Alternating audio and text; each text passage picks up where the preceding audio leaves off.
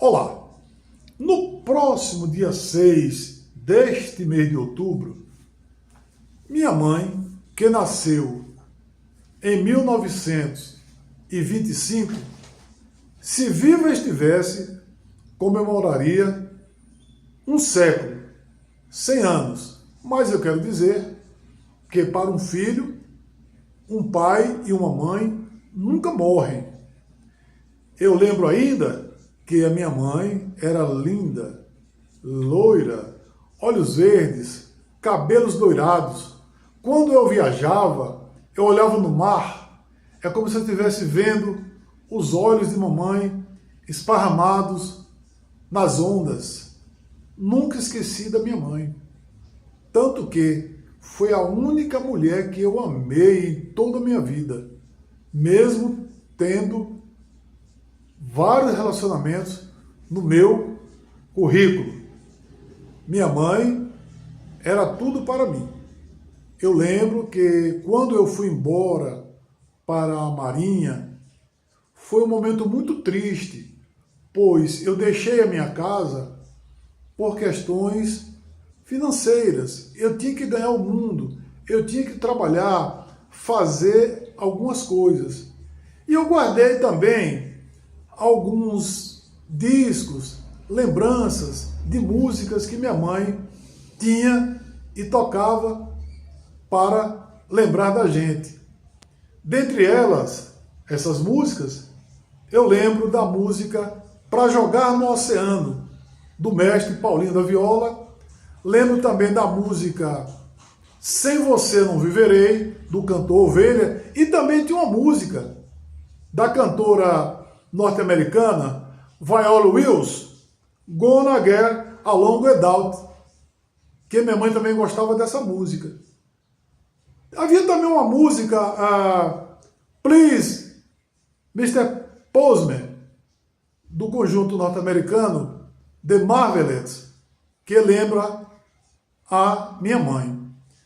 E eu lembro ainda que eu estava recentemente conversando com um amigo meu dos Correios e Telégrafos, e lembramos de um carteiro de Juazeiro chamado João Batista, que a gente chamava ele de Joãozinho. Era amigo nosso, pois naquela época, em Juazeiro, todo mundo se conhecia. E Joãozinho era irmão de uma conhecida também chamada Thelma. Não sei se ele ainda é vivo, mas se tiver, daqui vai as minhas lembranças.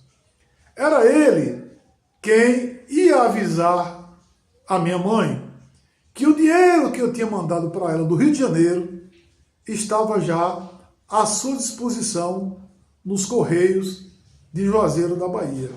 Eu lembro que Joãozinho, que é minha testemunha desses fatos, né?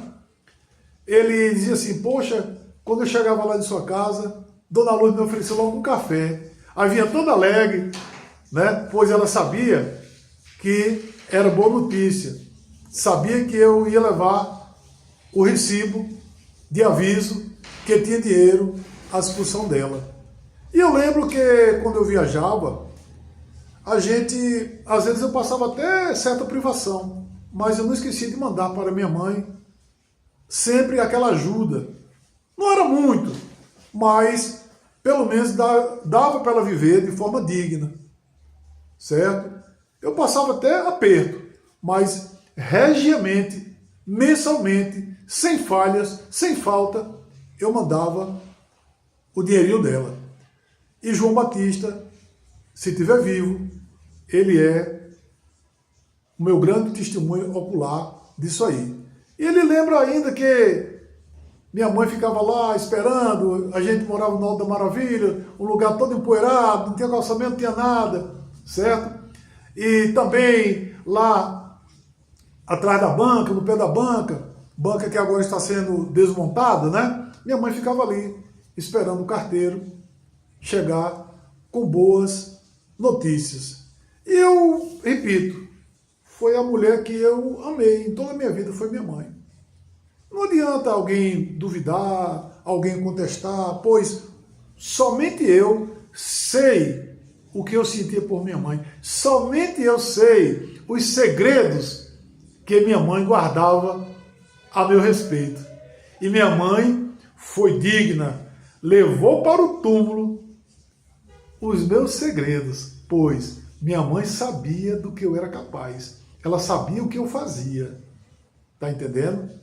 E ela levou para o túmulo. Coisa que nenhuma outra mulher, a não ser a própria mãe, faria. Se soubessem, logo, logo, estariam aí denunciando com a boca no trombone. E minha mãe foi firme, levou para o túmulo tudo que ela sabia ao meu respeito, que ela sabia que eu fazia. Então, agora no dia 6, ela faria 100 anos. 100 anos.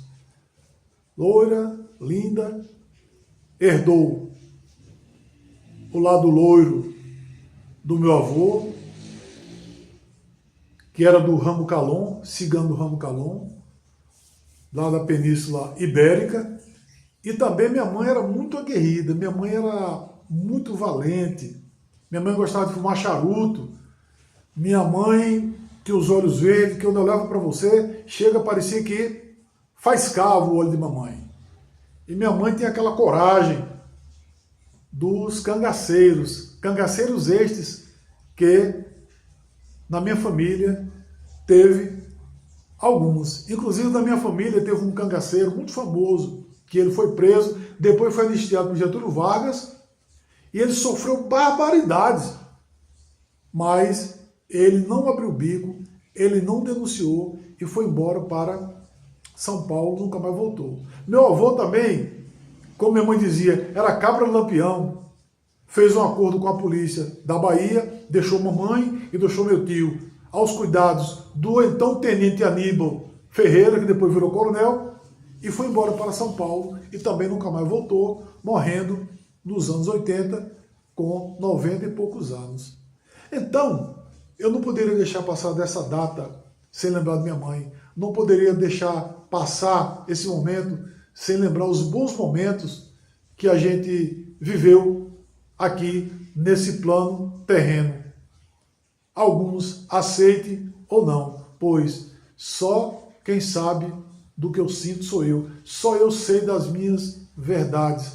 E às vezes tem gente até que nem me conhece e quer falar a meu respeito. Tem gente que não era nem nascido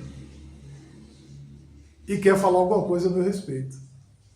Eu lembro que eu era o mais velho e a minha relação com minha mãe era uma relação forte, digna, um elo, uma corrente que nunca se quebrou. E isso foi até o dia que ela foi embora e eu também caí no mundo. Era isso que eu queria lembrar. Peço que curtam o vídeo, se inscrevam no meu canal. Valeu!